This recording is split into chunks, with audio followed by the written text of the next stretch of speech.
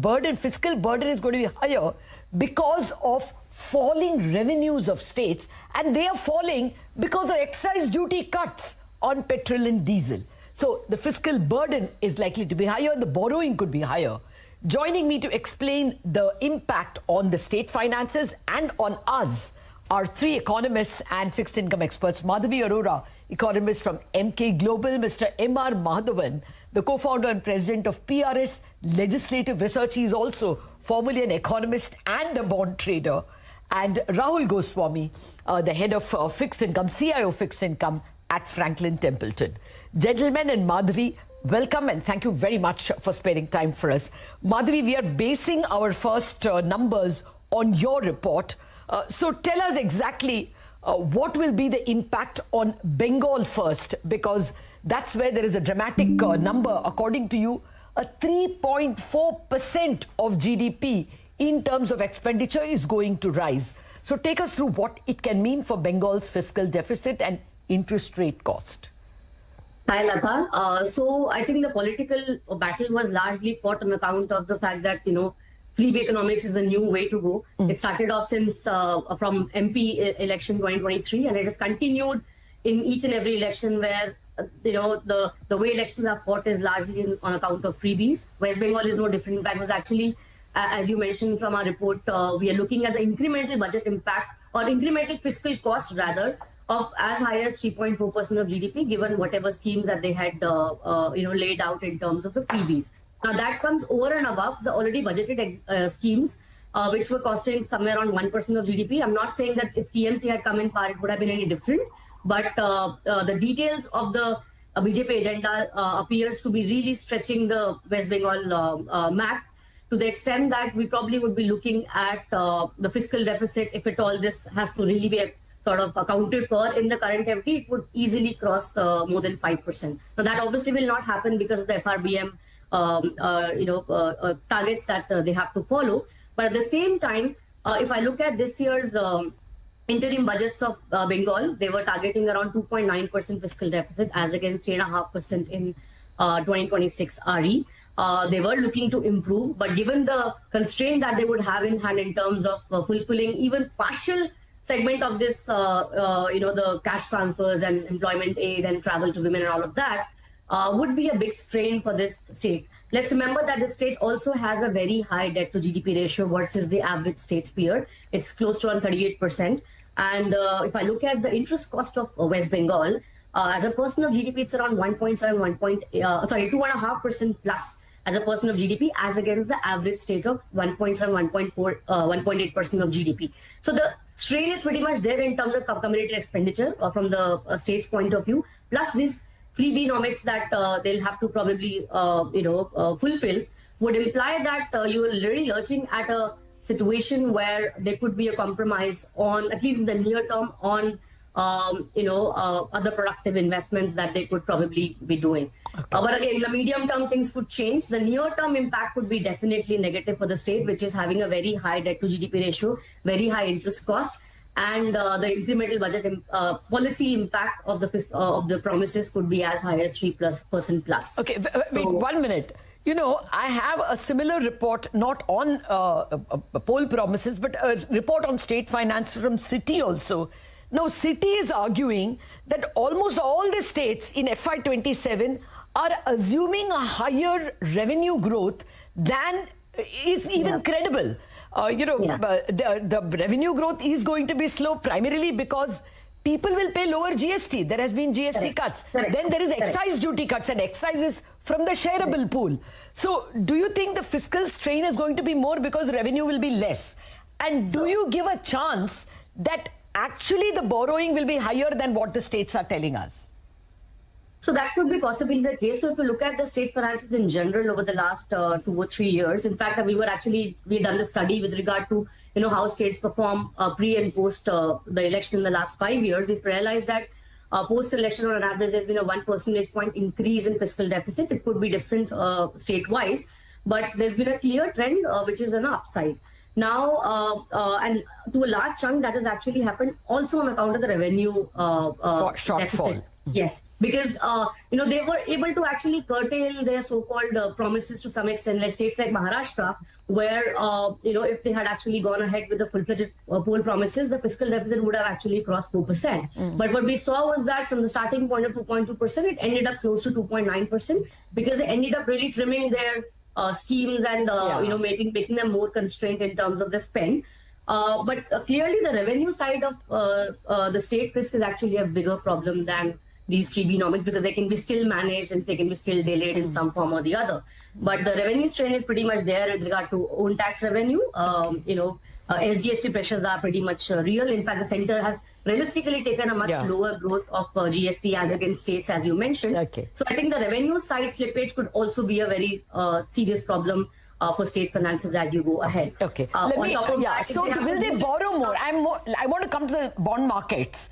I already had a discussion with Rahul, and he was worrying about how the SDL, the rates, yields on state loans has, the spread over the central government bonds has increased so much. And, corporates have to borrow above the state loan rate. So cost of capital increases for all of us. Are you expecting that total SDL issuance, state bond issuance, will be higher this year than what states are projecting? Yes. Although we're not looking at net borrowing to be more than 9.4 trillion, but on the gross basis, we're looking at more than 13.5%, which was a number pre these election outcomes. Okay. So it could actually have an upside in terms of borrowing. We were looking at around 3.1% FD for FY27 for state aggregate. Okay. But I think there could be a risk of around 20% upside on this. Okay, Madhavi, I'll come to you now. Let me get the market angle very quickly. Rahul, see, 9.1 trillion of new bonds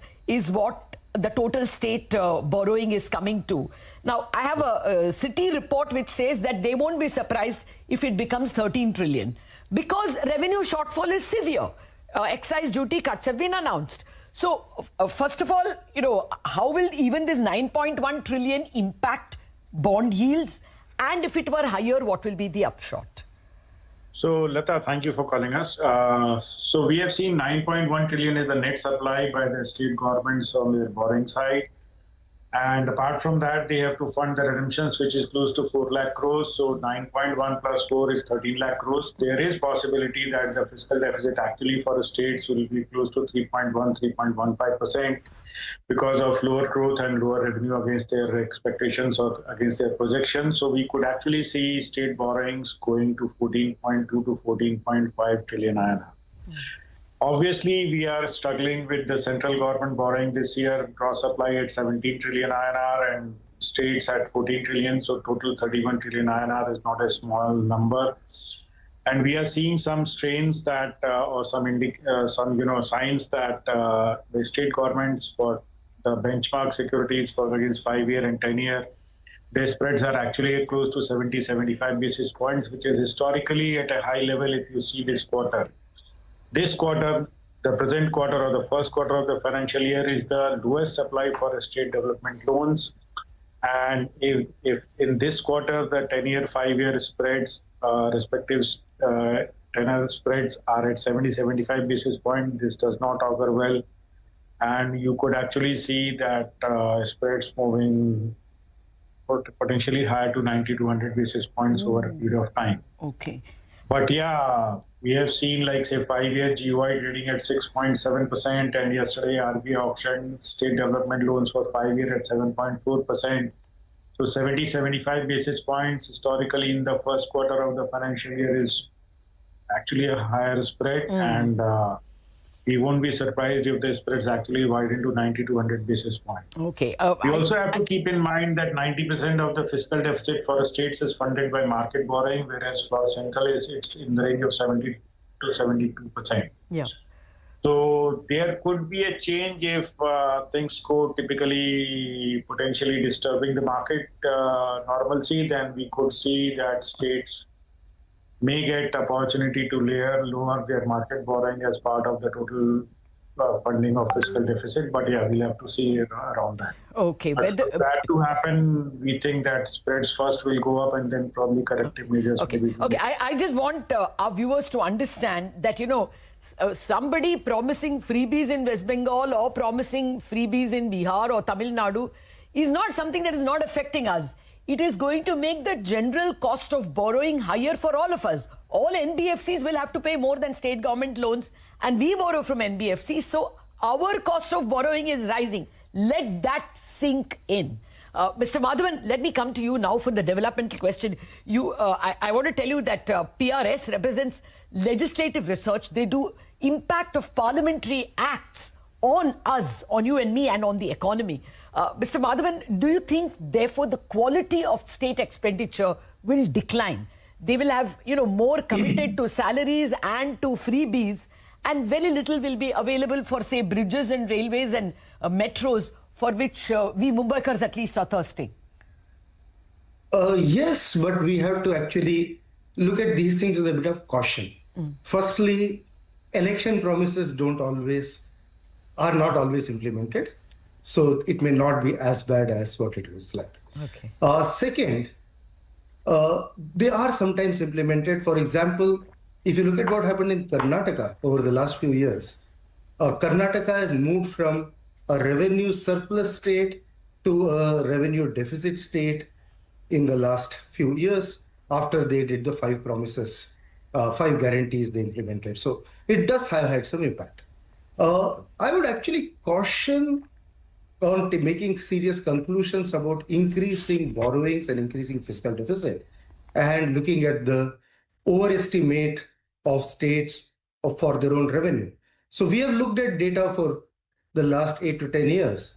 And on average, if you look at the revenue receipts that states project in their budget estimate to what happens actually, and this is a 10-year data, they typically overestimate by 10%. Ooh. And then what happens? So they overestimate revenue receipts by 10% and therefore have budgeted accordingly. There is a hard constraint on fiscal deficit at 3%. So they cannot spend more. So what happens is they end up squeezing the revenue expenditure because they can't do much about the revenue expenditure. I'll just explain that. So they end up squeezing the capital expenditure. The reason they can't do much about revenue expenditure is about 62% of that last year's budget. I mean, I'm looking at 25-26 because we don't have the 26-27 budgets for all states yet, especially the ones which have gone for elections. So 25-26, if you look at all states, 53% of the total revenue receipts went towards salaries, pensions, and interest. So that is committed. You can't do anything about it. A further 9% went towards subsidies, which theoretically you can do something about, but politically it's very difficult. So you're actually left with only 38% of the budget of the revenue receipts to actually do anything, to do everything else. Okay. And that will also get squeezed if you increase subsidies or cash transfers or whatever you may call. Okay. So chances of freebies is a word chances of state capex going down drastically is very high at this point in time. Yeah, the risk is of capex going down. Okay. Because that's the only thing that they can cut. They can't cut revenue expenditure. Much of it is committed. So if you get less receipts, and you can't actually borrow more. Okay. State governments need to get the permission of central government for borrowing if they have any loans from the central government. Fair point. And every state has. Okay. So here is a devil in the deep sea choice. There will be either a reduction in capex or there will be an increase in borrowing, which will hit all of us in terms of higher capital cost. Chances are both may happen. But let us wait and see. We have more arguments and more data that our guests are prepared with. All those questions and answers after the break. Bazaar viewers, you will get to see the entire show after market hours.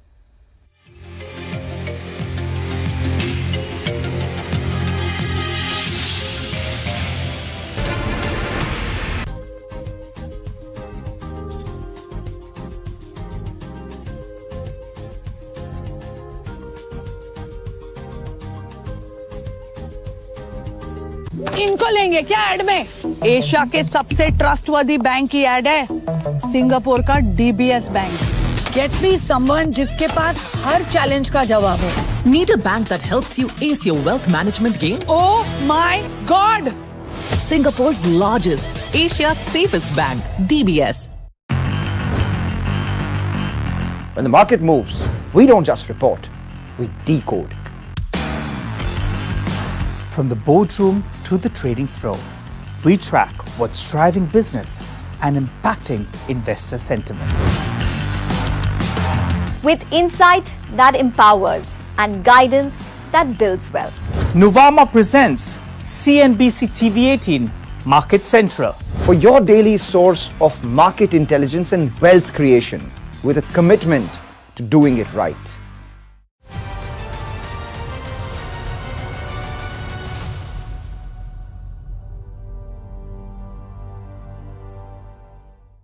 Two people were killed and at least 22 others injured after a car drove into a crowd in the eastern German city of Leipzig on Monday afternoon.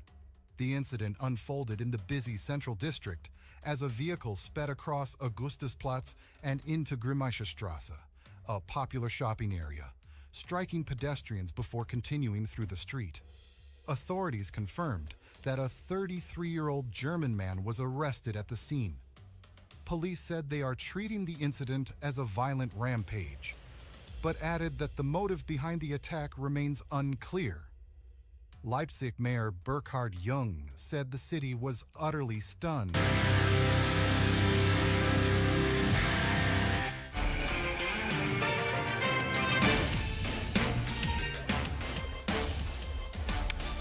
Larsen & Toubro delivers a miss on all counts in the fourth quarter. The company sounds caution over lingering impact of geopolitical uncertainty. The management also lowers FY27 top-line guidance to 12% versus 15% earlier, on the back of which brokerages like Nomura and HSBC downgrade the stock, cut their target prices as well. Coforge delivers its highest ever quarterly EBIT margins at 16%. The profit more than doubles to around 600 crores. The management issues a robust guidance, eyes EBITDA growth of 20% in FY27. Brokerages maintain an upbeat stance on the counter. Marico reported an inline set of numbers for the March quarter yesterday. The company closed FY26 with a volume print of 9%. Foods business crossed the 1,000 crore mark, and the brokerages extremely positive. United Breweries reports a soft set of numbers in quarter four. The volume growth of 4% beats expectations of 2 to 4%, but pick up in ad spends dents the growth for the quarter. United Spirits as well skids on a soft business update. The top line of around 3,000 crores misses estimates of around 3,050 to around 3,100 crores. Pre-sales for Raymond Realty more than doubled to cross over 1,500 crores for the March quarter. Collections spiked 20%. The stock rallies in early trade.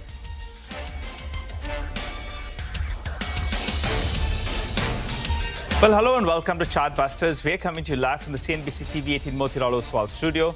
I'm Nigel, and with me is Mangalam. Well, Mangalam, a good start to the trading session, and in fact, we're holding on to those gains as well. So,